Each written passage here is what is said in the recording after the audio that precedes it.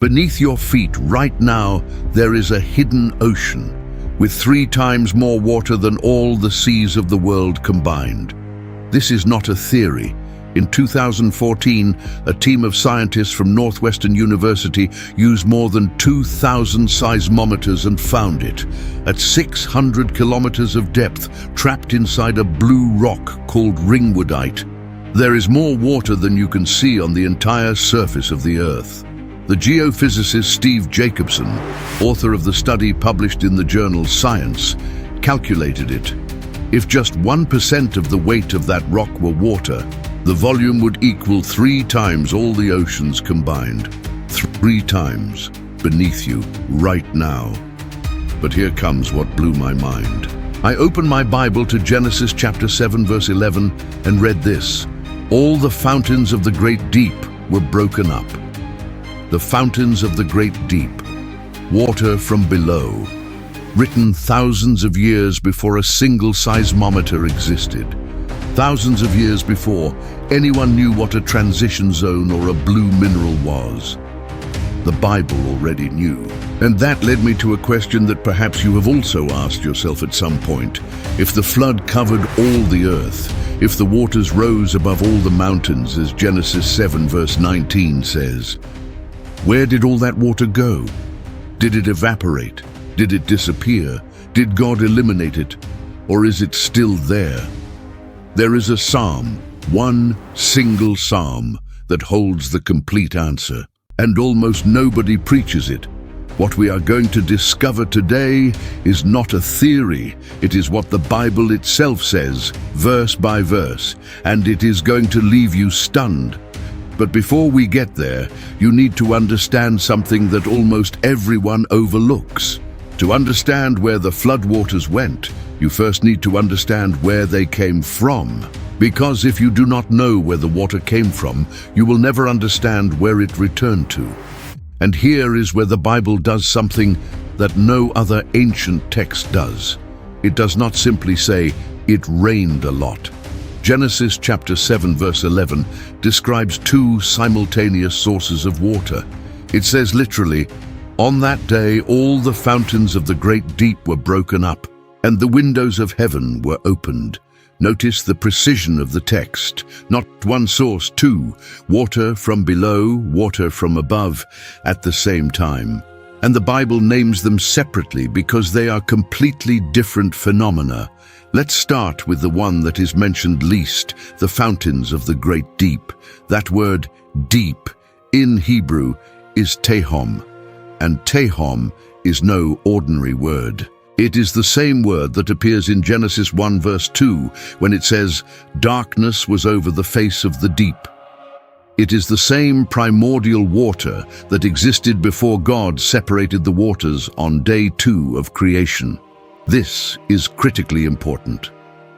Because when God created the world, according to Genesis 1 verses 6 through 8, he did something specific. He separated the waters that were below the expanse from the waters that were above the expanse. He made a firmament in the middle of the waters. He divided the water into 2 reservoirs, one above and one below. That means that from the very beginning of creation, there was water stored beneath the Earth's surface, not as ordinary underground rivers, as a colossal, ancient, primordial reservoir. The fountains of the Tehom, the fountains of the great deep. And now think about what that world was like, a world where the land was watered in a completely different way from what we know. Genesis 2 verses 5 and 6 describes something fascinating. God had not yet caused it to rain on the earth, but a mist was going up from the land and was watering the whole face of the ground. It did not rain. The water came up from below. A subterranean irrigation system designed by the Creator, where the deep reservoirs fed the surface through springs and vapor. It was a planet with a completely different hydrological cycle from today's. Some scholars of the Hebrew text point out that the Hebrew word Ed, translated as mist in Genesis 2 verse 6, can also mean spring or rising current. It was not light fog. It was an active system of water emerging from the depths to sustain all the vegetation on the planet. A system that depended directly on those fountains of the Tehom. And for generations, that system functioned in perfect equilibrium. The water above, the water below, the earth in between. A balance sustained by God's design. Until Genesis 7, verse 11 came, and it says that those fountains were broken up. The Hebrew word for broken up is baka, which literally means to burst, to crack, to break open with violence. It was not a slow seepage. It was an explosion, as if the floor of the entire planet had cracked simultaneously and the underground water had burst upward with a force we cannot imagine. At the same time, it says the windows of heaven were opened. The word for windows in Hebrew is aruba, which is used to describe the floodgates of a dam. This is not ordinary rain. It is as if the sky had floodgates that throughout all of human history had been closed, and suddenly someone opened all of them at the same time. Water from below bursting through the crust. Water from above falling like a cascade. Two sources, simultaneous. And this lasted 40 days and 40 nights without stopping, according to Genesis 7, verse 12. 40 days of continuous rain while the ground was opening beneath the feet of humanity. But that was only the beginning, because what many do not know is that after the fountains opened and the rain began, the water kept rising for 150 days. Genesis 7, verse 24. The waters prevailed on the earth for 150 days, 5 months, 150 days of water rising, and we are not talking about a local flood. Genesis 7, verse 19 is brutally clear. And the waters prevailed so mightily on the earth that all the high mountains under the whole heaven were covered. All the high mountains, under all the heaven. The Hebrew text leaves no room for regional interpretation. The word kol, translated as all or every, appears repeatedly to emphasize absolute totality, and verse 20 adds a detail that seems minor but is devastating. The waters prevailed above the mountains, covering them 15 cubits deep. 15 cubits is approximately 7 meters, 7 meters above the highest mountain. That means that when the flood reached its peak, there was not a single centimeter of dry land visible anywhere on the entire planet. Not one rock, not one island, not one summit, nothing. Imagine you are on an airplane, looking out the window, and instead of seeing continents, cities, mountains, you see only water, as far as the eye can see. In every direction. That is what the earth looked like during the flood. And now think about the volume of water needed to accomplish that, to cover all the mountains of the world, 7 meters above the summit. We are talking about a volume of water that defies human imagination. Billions of cubic kilometers of additional water on the surface. The question then is not exaggerated. It is legitimate. It is urgent. Where did all that water go? If you told me that a few meters of floodwater disappeared in one area, well, that has simple explanations. But this is not that. This is the entirety of the planet covered by water 7 meters above the highest mountain, and that simply cannot evaporate. Water does not disappear, it is not destroyed, it does not cease to exist. So, where did it go? There is a psalm that almost nobody connects with the flood. A psalm that most people read as a beautiful poem about creation. Without realizing it contains one of the most impressive geological revelations in all the Bible. And that psalm is going to answer this question in a way you have probably never heard. If this is blowing your mind as much as it blew mine when I first discovered it, like this video now, because what comes next is even more powerful. Psalm 104, verses 6 through 9. Read this with me and pay attention to every word, because every sentence is a piece of the puzzle. But first, you need to know something about this psalm. Psalm 104 is one of the great creation psalms. It is a poetic meditation on the power of God manifested in nature. And many scholars have noted that its structure closely follows the order of the 6 days of creation in Genesis 1.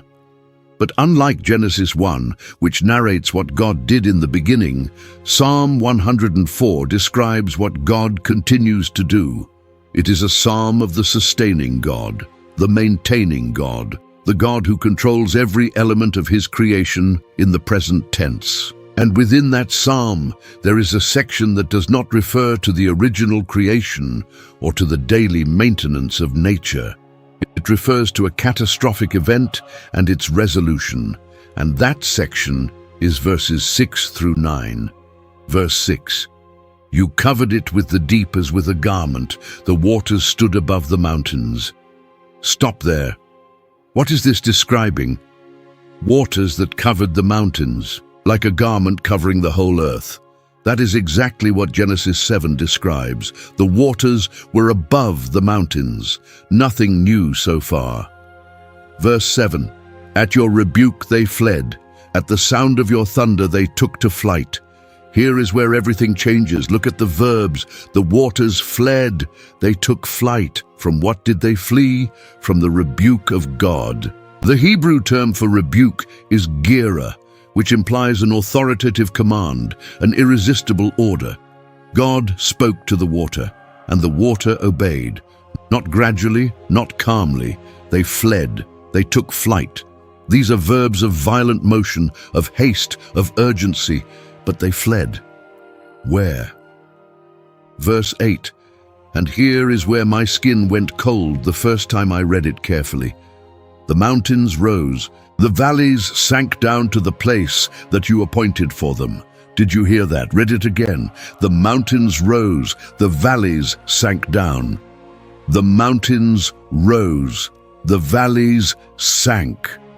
This is not talking about the water rising and falling. It is talking about the earth moving. The mountains were elevated. The valleys were lowered. The topography of the planet changed. And now, think about it. If the mountains became higher and the ocean floors became deeper, what happens to the water? It does not need to go anywhere. It does not need to evaporate. It does not need to disappear.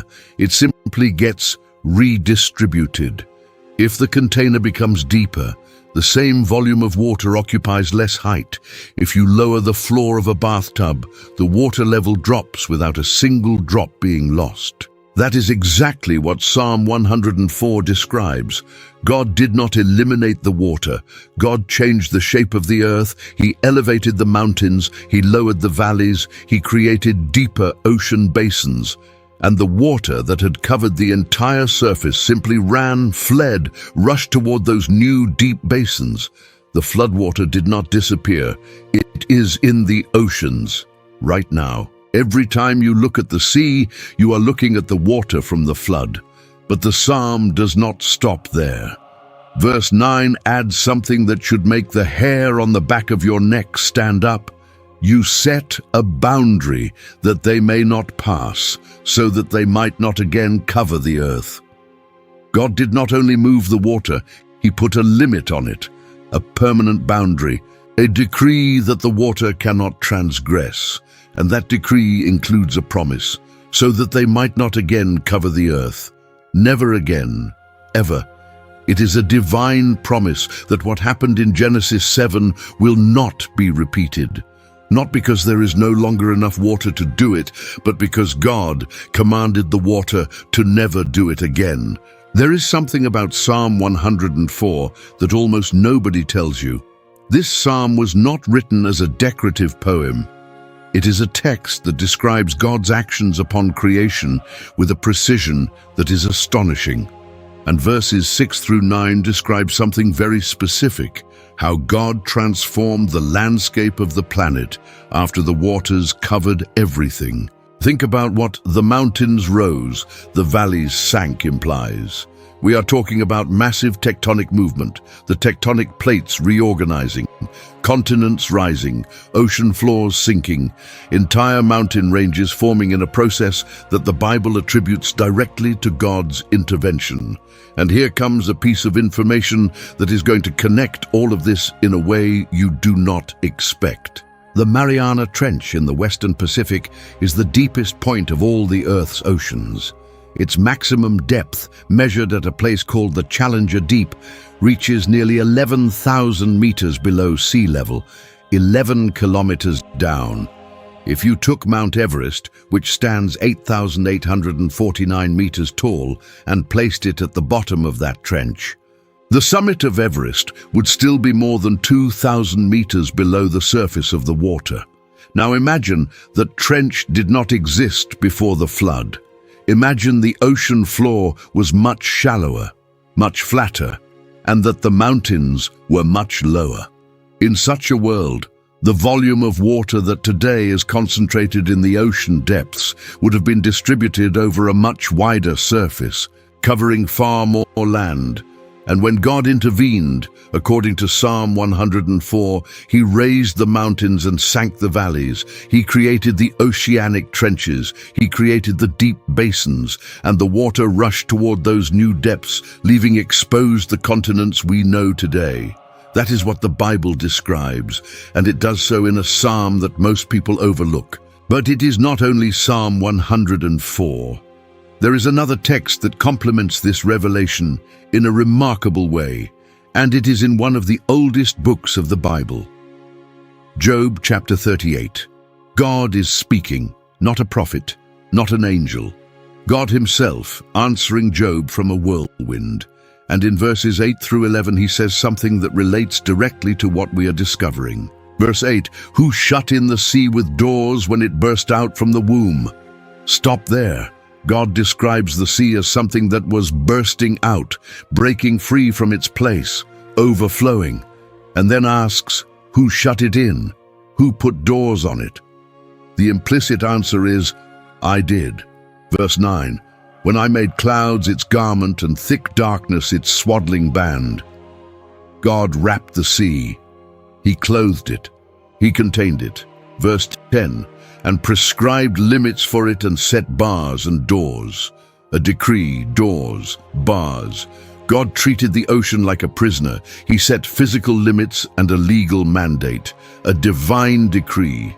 And verse 11, which is the most powerful sentence in this entire passage, and said, thus far shall you come, and no farther, and here shall your proud waves be stayed.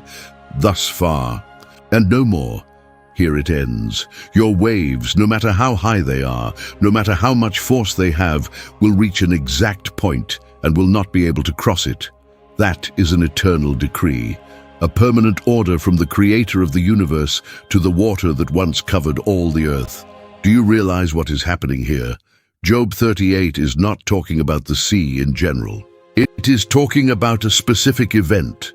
The moment when the water burst out, covered everything, and was then enclosed, contained, limited. It is the same event described in Genesis 7 and 8. It is the flood. And God, speaking in the first person, explains that he was the one who put limits on the water after it had fulfilled its purpose of judgment. Psalm 104 says that the mountains rose and the valleys sank, and that God put a boundary on the water. Job 38 says that God enclosed the sea with doors and bars and told it, thus far you shall come. These are two different texts from different eras, written by different authors, that describe exactly the same process. There is a third text that closes the circle. It is in Proverbs chapter 8, verse 29. Here personified wisdom speaks and says that she was present when he assigned to the sea its limit, so that the waters might not transgress his command, when he marked out the foundations of the earth. Again, a statute, a command, a limit established so that the waters would not transgress. And notice that it connects this to the establishing of the foundations of the earth, as if the reorganization of the earth and the confinement of the water were part of the same event. Think of a college student who one day, in a geology class, hears the professor explain tectonic processes. He is told about how mountains rise from plate collisions, how oceanic trenches form through subduction, how the Earth's crust is in constant movement. And this young man, who grew up reading the Bible with his family, suddenly opens his eyes wide, because he recognizes what the professor is describing. The mountains rose, the valleys sank down. Psalm 104 says it, written thousands of years before anyone understood what a tectonic plate was. And it is not about saying the Bible is a science textbook. It is not. It is a book of divine revelation. But when the God who created geology describes what he did with the earth after the flood, it turns out the description is astonishingly consistent with what we observe on the planet today. There is something more you need to know about that underground water, the water scientists found in 2014, because the connection with Genesis 7 is deeper than it first appears. Remember that Genesis 7 verse 11 says the fountains of the great deep were broken up. That underground water burst toward the surface, but then in Genesis 8 verse 2 it says something crucial. The fountains of the deep and the windows of the heavens were closed. The rain from the heavens was restrained. They were closed. The fountains that had been opened were closed again. The rain was stopped. And then Genesis 8 verse 1 describes what God did. But God remembered Noah and all the beasts and all the livestock that were with him in the ark. And God made a wind blow over the earth, and the waters subsided. God sent a wind, the waters subsided. And Genesis 8 verse 3, the waters receded from the earth continually. At the end of 150 days the waters had abated. They receded continually, not instantly. It was a process. And the combination of what Genesis 8 describes with what Psalm 104 describes gives us a complete picture. God closed the underground fountains. He stopped the rain. He sent a wind. And simultaneously, he reorganized the topography of the planet, raising the mountains and sinking the valleys, so that the water would flow toward the new deep ocean basins and leave dry land exposed. It was not magic. It was divine engineering. The same God who designed the laws of physics used those laws to redistribute the water on the planet. And the result is the world we see today, continents surrounded by oceans that are incredibly deep. How much water is in the oceans today? Approximately 1,332,000,000 cubic kilometers. 71% of the planet's surface is covered by water. The oceans have an average depth of 3,700 meters, with trenches that reach more than 10,000 meters. And how much water would the flood need to cover all the Earth? If the pre-flood topography was different, with lower mountains and shallower ocean floors, as Psalm 104 suggests, the volume of water needed would not be as astronomical as it seems at first glance based on current topography. You do not need to create new water. You only need to redistribute what already exists in a different geography. But let's go back to something I mentioned at the beginning that now takes on a completely new meaning. The scientists in 2014 found that in the transition zone of the Earth's mantle, between 410 and 660 kilometers of depth, there is a reservoir of water trapped inside a mineral called ringwoodite. It is not liquid water. It is trapped in the crystalline structure of the rock as hydroxide ions. But the volume is monstrous. If just 1% of the weight of that rock were water, the volume would equal 3 times all the water in the surface oceans. 3 times beneath us, in the bowels of the earth, exactly where Genesis 7 said it was. And now read again Genesis 7 verse 11. All the fountains of the great deep were broken up. All, not some, all. The water stored in the depths of the earth burst toward the surface with violence. And when God closed those fountains, as Genesis 8, verse 2 says, Part of that water returned to the depths. Part remained on the surface, filling the new deep ocean basins. Do you understand the complete picture? The flood water did not go anywhere. It was redistributed. Part is in the oceans, which are much deeper than they were before the flood. Part is beneath the earth, trapped in the mantle rocks, exactly as modern science has discovered. And part is at the poles, in glaciers, in underground aquifers. The water did not disappear. The earth changed shape. Now I want to take you to a text that many ignore, but which adds a completely different dimension to all of this. 2 Peter chapter 3, verses 5 and 6. Peter is talking about people who mock the promise of Christ's return and says, "For they deliberately overlook this fact, that the heavens existed long ago, and the earth was formed out of water and through water by the word of God, and that by means of these the world that then existed was deluged with water and perished." Notice that Peter says they deliberately overlook. It is not innocent ignorance. It is not that they lack access to information. They choose not to see. They choose not to connect the dots. They choose to look at the world around them, a world full of evidence of the flood, and say, "Nothing happened." It is a deliberate blindness, a conscious decision to reject what creation itself proclaims. Stop at 3 phrases. First, the earth was formed out of water and through water. Peter is connecting creation with water. The earth itself was formed in relation to water. Since Genesis 1, water is a central element of creation.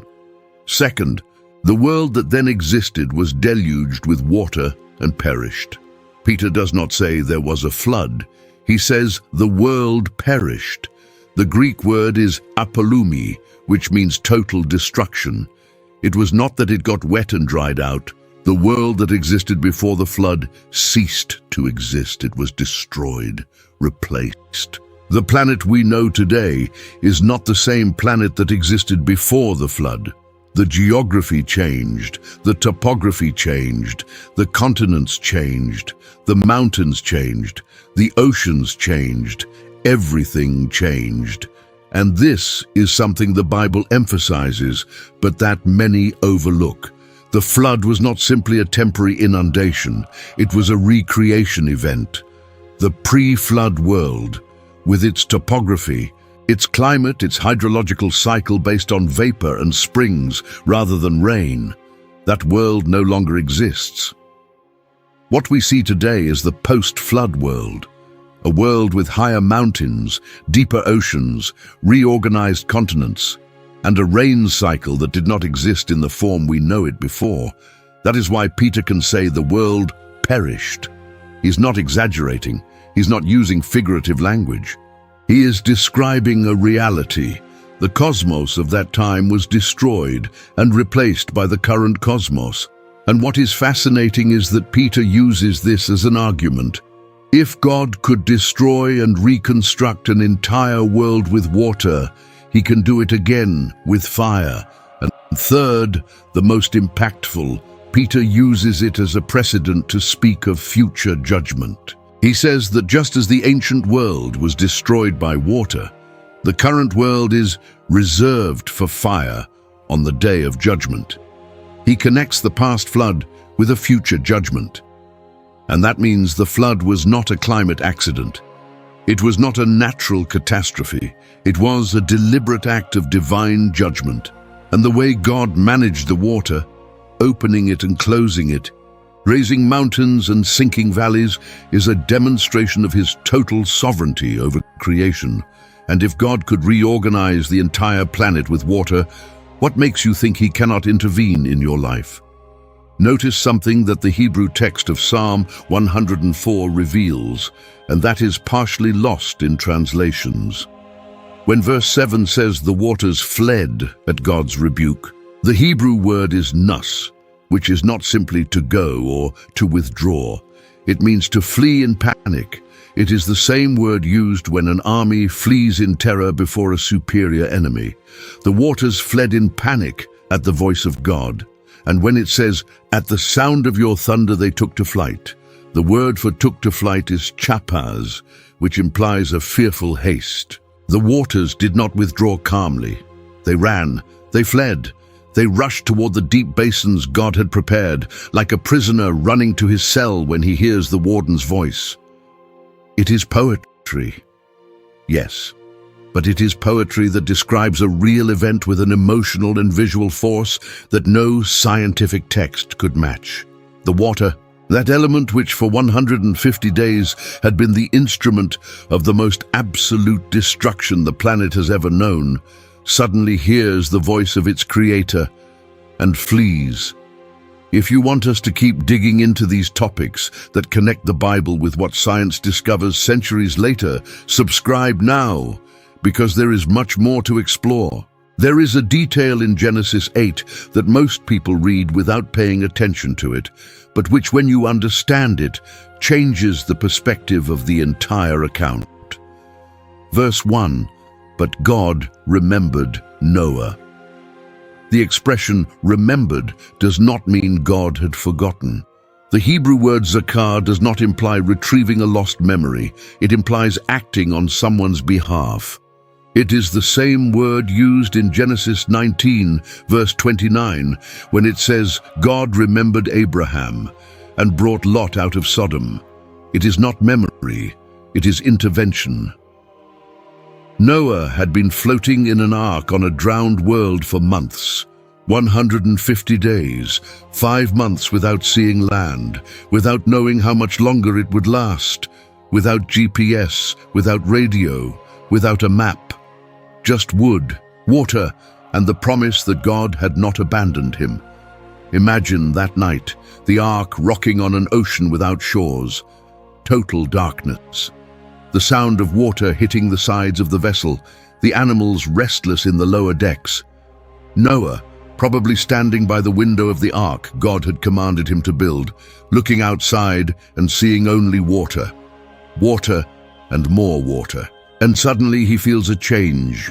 The wind, a wind he had not felt in months. Genesis 8, verse 1, "And God made a wind blow over the earth, and the waters subsided." The wind was the first sign, the first tangible evidence that God was acting. And that wind was not decorative, it was functional. The Hebrew word for wind here is ruach, the same word used for the Spirit of God that was moving over the waters in Genesis 1, verse 2. The same ruach that participated in creation was now participating in recreation. God was remaking the world. It is impossible to overlook this parallel. In Genesis 1, the earth was covered with water. The Spirit of God was moving over the face of the waters. And God spoke for the dry land to appear. In Genesis 8, the earth was covered with water. God sent his ruach over the waters, and the dry land appeared again. It is as if God had pressed a reset button, as if he were recreating the world from scratch, but this time with Noah and his family as the new custodians. And the similarities do not stop there. After the flood, God tells Noah in Genesis 9, verse 1, "Be fruitful and multiply and fill the earth." It is the same command he gave to Adam in Genesis 1, verse 28. Word for word, it is a new beginning, a new Eden, a second chance for humanity. But with one crucial difference. This time God establishes a covenant. This time God sets limits on the water, on the judgment, and on the relationship between God and humanity. The rainbow did not exist before the flood, or at least not with that meaning. From now on, every storm would be accompanied by a promise, never again. And here, I need you to connect two passages that are separated by entire books, but that speak of the same moment. Genesis 8 says God sent a wind, and the waters subsided. Psalm 104 says that at God's rebuke the waters fled, the mountains rose, and the valleys sank. They are the same event described from two angles. Genesis narrates it from Noah's perspective. The Psalm narrates it from God's perspective. And if you combine them, you get this. While Noah felt the wind on his face and watched how slowly, gradually the waters began to descend, beneath that surface something monumental was occurring. The Earth's crust was reorganizing, new mountains were rising, new valleys were sinking, the planet was being reformed. And Noah, from his window, only saw the result: water going down. Day after day, week after week. Not knowing that beneath that water God was building a new world. There is a specific date in Genesis 8 that deserves attention. Verse 4, the ark came to rest in the 7th month, on the 17th day of the month, on the mountains of Ararat. The ark touched bottom. After 5 months of floating, the keel of the ark made contact with something solid, with a mountain that was emerging from the water, with a summit that was rising. Exactly as Psalm 104 says, the mountains of Ararat were not simply a high point that survived the inundation. They were part of the new geography that God was creating, mountains rising as the waters descended. Think about what Noah must have felt in that moment. A soft jolt, a change in the movement of the ark. For 5 months the ark had rocked on the waters, rising and falling with the waves, without a fixed point, without an anchor, without land. And suddenly, stillness, stability. The ark was no longer moving freely. It was resting on something solid. He could not see what was beneath him. He could not go out to check. He only knew that something had changed. After 150 days of uncertainty, of trusting only in God's promise, he now had the first tangible sign that the land was reappearing. The ark rested, and the word Genesis uses for that, nuach, is the very root of the name Noah. Noah means rest, and his ark finally rested at exactly the right moment in the place prepared by God. But there was still a long way to go. Noah still could not see dry land. Verse 5. The waters continued to abate until the 10th month. In the 10th month, on the first day of the month, the tops of the mountains were seen. 2.5 months after the ark touched bottom at Ararat, the peaks of other mountains finally became visible. 2.5 more months of patience, of waiting, of looking out the window every morning hoping to see something other than water. And when the peaks finally appeared, it must have been an indescribable moment. After more than 7 months without seeing land, the first tips of rock broke above the surface. Small at first, barely visible, but real, solid, irrefutable proof that the world was returning. Or better said, that a new world was emerging. That gives you an idea of the scale of the process. The waters were going down, yes, but they were going down because the ocean basins were simultaneously deepening, absorbing colossal amounts of water. And the land emerged gradually like a sculptor revealing his work, little by little, removing the water like lifting a veil. Now I need to tell you something about the mountains that nobody has probably ever told you. Mount Everest, the highest mountain in the world, stands 8,849 meters tall. But what almost nobody knows is that marine fossils have been found on the summit of Everest. Fossils of creatures that lived on the ocean floor, crinoids, trilobites, shells, on the summit of the highest mountain on the planet. Geologists explain this by saying that the rocks forming Everest were once under the sea and were pushed up by the collision of the Indian and Eurasian plates. And they are right in the observation. Those rocks contain marine organisms. But the biblical point is that the mountains we know today are not the same mountains that existed before the flood. The current mountains were formed, at least in part, as a result of the process described in Psalm 104. The mountains rose, the mountains rose. And it is not only Everest. The Andes in South America have marine fossils at more than 4,000 meters of altitude. The Alps in Europe contain remains of oceanic creatures on their peaks. The Appalachians in North America, the Himalayas in Asia, practically all the great mountain ranges of the world contain evidence that they were once underwater. It is a global phenomenon, not regional, not isolated, global. And Psalm 33 verse 7 says something remarkable about this power of God over the waters. He gathers the waters of the sea as a heap. He puts the deeps in storehouses. God gathers the waters as into a heap. He puts them in storehouses, as if he was storing them, as if he had containers specifically designed to hold all that water. And that is exactly what ocean basins are, storehouses. Geological containers where God stored the floodwaters after reorganizing the planet. And if the pre-flood mountains were significantly lower than today's mountains, the amount of water needed to cover them would be far less than what we calculate based on current topography. You do not need to cover an Everest of nearly 9,000 meters. You need to cover mountains of perhaps half or a third of that height. And the water to do it already existed in the oceans, in the subsoil, and in the atmosphere.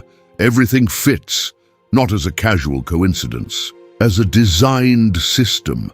Think of a family sitting in their living room on a Sunday night, watching a documentary about the oceans.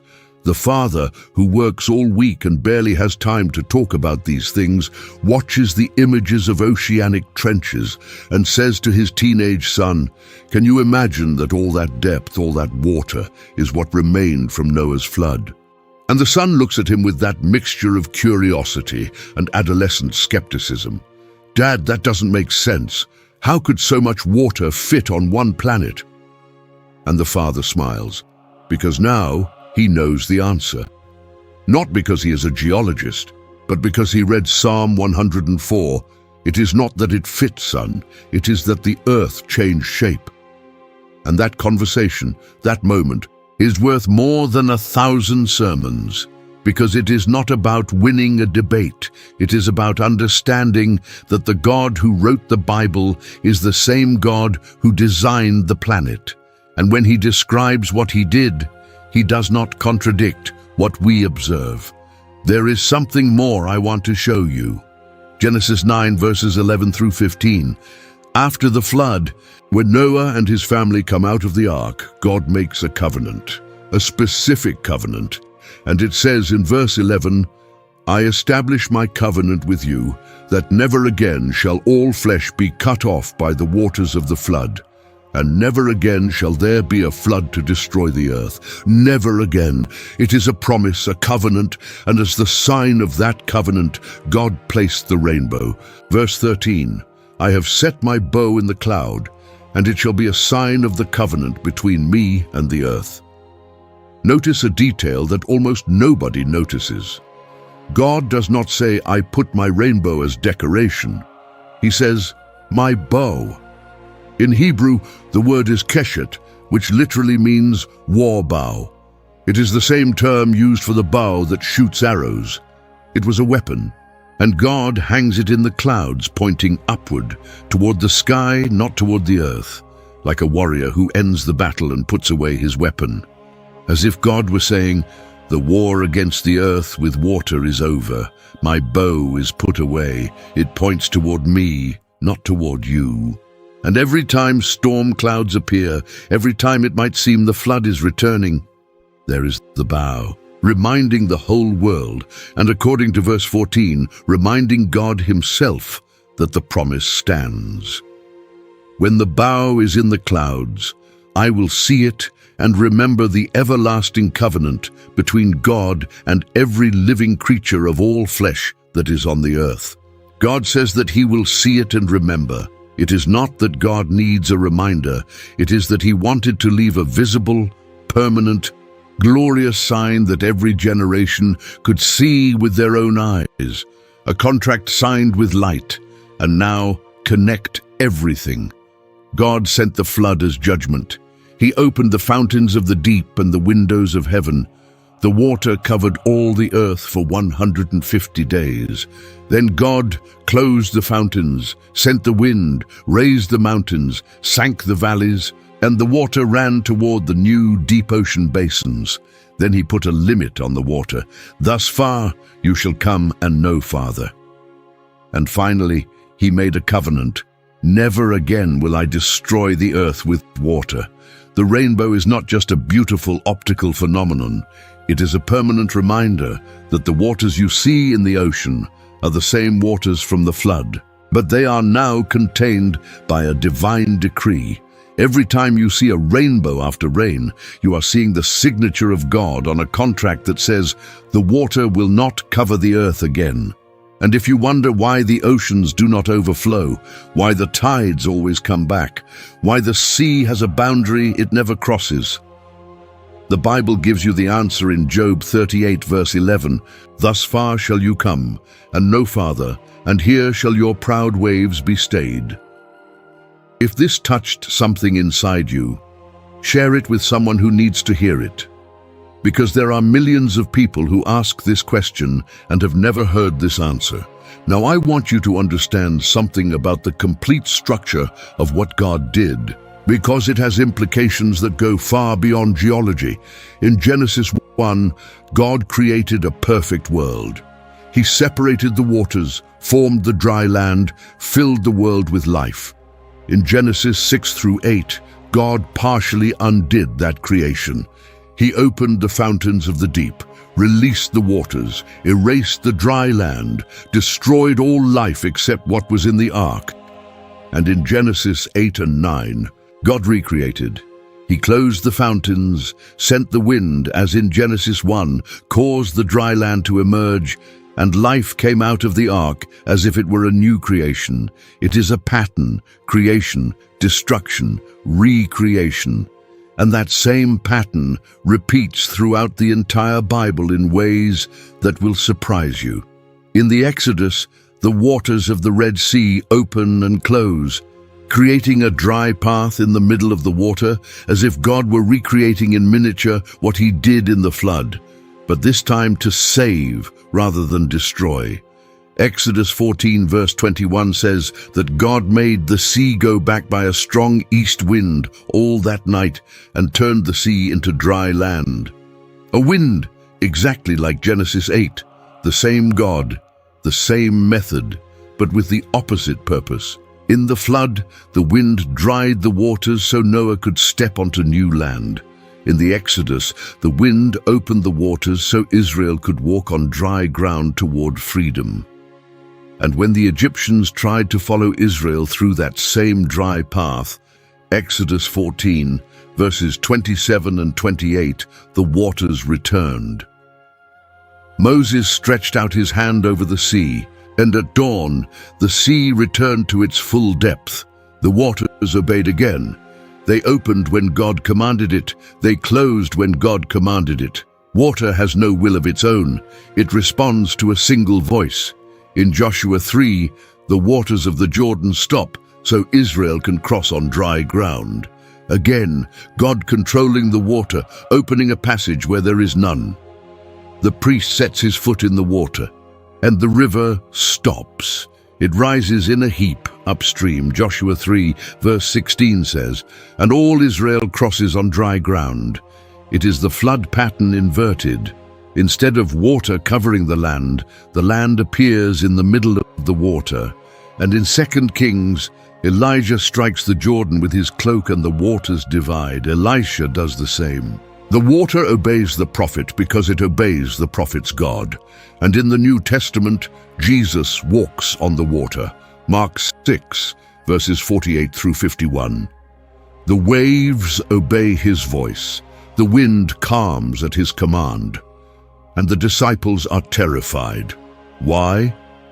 Because in the Jewish mindset, controlling water was an exclusive prerogative of God. Only God enclosed the sea with doors. Only God told the water, thus far you shall come. When Jesus controls the water, he is proclaiming something without words. I am the same one who enclosed the sea in Job 38. I am the same one who made the waters flee in Psalm 104. Isaiah chapter 54 verses 9 and 10 makes the connection explicit. God says, this is like the days of Noah to me. And I swore that the waters of Noah should no more go over the earth. So I have sworn that I will not be angry with you and will not rebuke you. For the mountains may depart and the hills be removed, but my steadfast love shall not depart from you. Stop on that. God compares his promise of love with his post-flood promise. He says, "Just as I swore the water would never again cover the earth, so I swear that my steadfast love will never depart from you." The same certainty, the same firmness, the same absolute guarantee. The mountains may depart, the hills may be removed, everything can change, but the steadfast love of God will not depart. And it is not only Isaiah who makes this connection. Jeremiah chapter 5 verse 22 records God saying, "Do you not fear me, declares the Lord? Do you not tremble before me? I place the sand as the boundary for the sea, a perpetual barrier that it cannot pass. Though the waves toss, they cannot prevail. Though they roar, they cannot pass over it." Sand. God says he placed sand as the barrier for the ocean, something as fragile, as apparently insignificant as grains of sand on a beach. Is the barrier that contains an ocean powerful enough to destroy entire cities? And it works every day, every hour, every second. The waves come to the sand and turn back. They roar, they rise, but they do not prevail, not because the sand is strong, but because behind that sand is a decree, a perpetual barrier that cannot be passed. It is the same principle. Job 38, "Thus far you shall come." Psalm 104, "You set a boundary that they may not pass." Proverbs 8, "The waters might not transgress his command." Jeremiah 5, "I place the sand as the boundary for the sea." 4 texts, 4 authors, 4 eras, one single message. God controls the water. And that means that every time you look at the ocean and see that it does not overflow, every time the tide comes in and then goes out, every time the waves hit the shore and come back, you are seeing a promise in action. You are seeing the faithfulness of God manifested in geology. The water is obeying a decree that is thousands of years old. And if God keeps his promise to the water, do you think he is not going to keep his promises to you? Think of a grandfather who takes his grandchild to the beach for the first time. The child is afraid of the waves. He hides behind his grandfather's legs every time a wave comes toward them. And the grandfather kneels down, looks him in the eyes and says, "Do you see those waves? They're going to come up to here, and then they are going to go back. Always. They will never go past that point." And the child asks, "Why?" And the grandfather smiles, because someone bigger than the waves told them to stop. That is what Job 38 teaches. That is what Psalm 104 describes. And that is what the rainbow reminds us of. The water from the flood did not disappear. It is beneath your feet, trapped in rock at 600 kilometers of depth. It is in the oceans, in trenches that reach 11,000 meters of depth. It is in the polar glaciers. It is in every raindrop that falls from the sky. It is the same water, reorganized, redistributed, contained by a decree that has the same force today as when God first pronounced it. Peter, thousands of years later, would write that the mockers of the last times deliberately overlook this reality. 2 Peter 3 verse 5, deliberately overlook.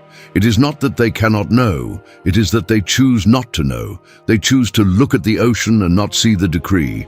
They choose to look at the rainbow and not see the promise. They choose to look at the Mariana Trench and not ask who sank that valley. But you can no longer ignore it, because now you know. Now you have read what Genesis 7 and 8 say, what Psalm 104 says, what Job 38 says, what Isaiah 54 says, what 2 Peter 3 says, and what science discovered in 2014 was already written in your Bible, waiting for someone to read it carefully. The next time you stand before the sea, I want you to pause in silence for a moment. Watch the waves. Watch how they come to a point and turn back. And remember, Those waves once covered everything, every mountain, every valley, every centimeter of this planet, and God told them, thus far, and they obeyed. And they keep obeying every second of every day for thousands of years. If God can control the ocean with His word, what can He not do with that situation that is worrying you? With that illness that is robbing you of sleep? With that crisis that seems to have no way out? The same God who put doors on the sea is saying to you today, my steadfast love shall not depart from you. The mountains may depart, the hills may be removed, but that promise does not change. There is a video on screen now that connects directly with what we have just discovered. It has to do with something God hid in the first verses of Genesis that reveals why water was always more important than we thought.